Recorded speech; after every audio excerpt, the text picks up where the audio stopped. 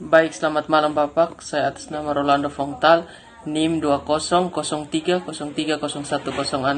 kelas C semester 2, Fakultas Ilmu Sosial dan Ilmu Politik. Pada kesempatan ini saya akan memparodikan teori sosiologi klasik tentang pembuat ilmu sosial modern Emile Durkheim. Oke, baik Kak Fongtal, ini di sini saya akan minta penjelasan dari pemahaman Kakak sendiri. Itu saya akan kasih beberapa pertanyaan. Ini yang pertama tuh, jelaskan pemikiran dasar oleh Emile Durkheim itu menurut Kakak seperti apa? Oh baik, menurut saya Emile Durkheim itu menyatakan fakta sosial adalah seluruh tanda bertindak baku maupun tidak yang dapat berlaku pada diri individu sebagai sebuah paksaan eksternal, atau bisa juga dikatakan bahwa fakta sosial adalah seluruh cara bertindak yang umum dipakai suatu masyarakat dan pada saat yang sama kebenarannya terlepas begitu saja.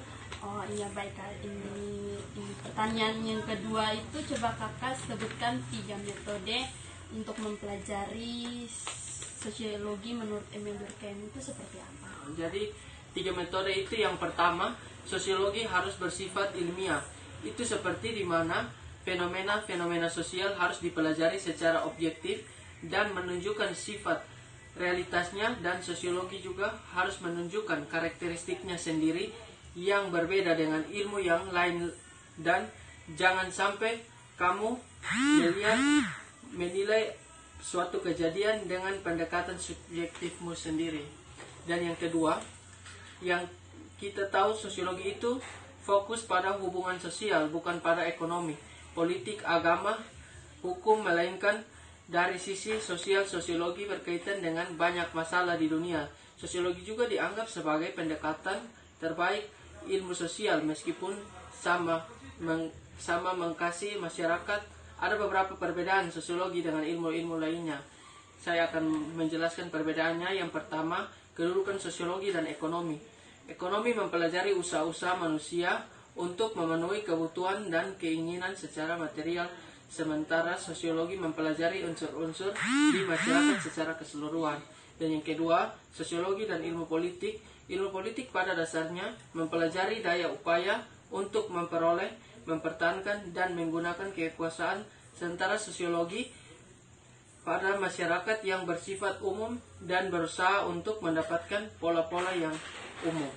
Dan yang ketiga, menjelaskan masalah sosial.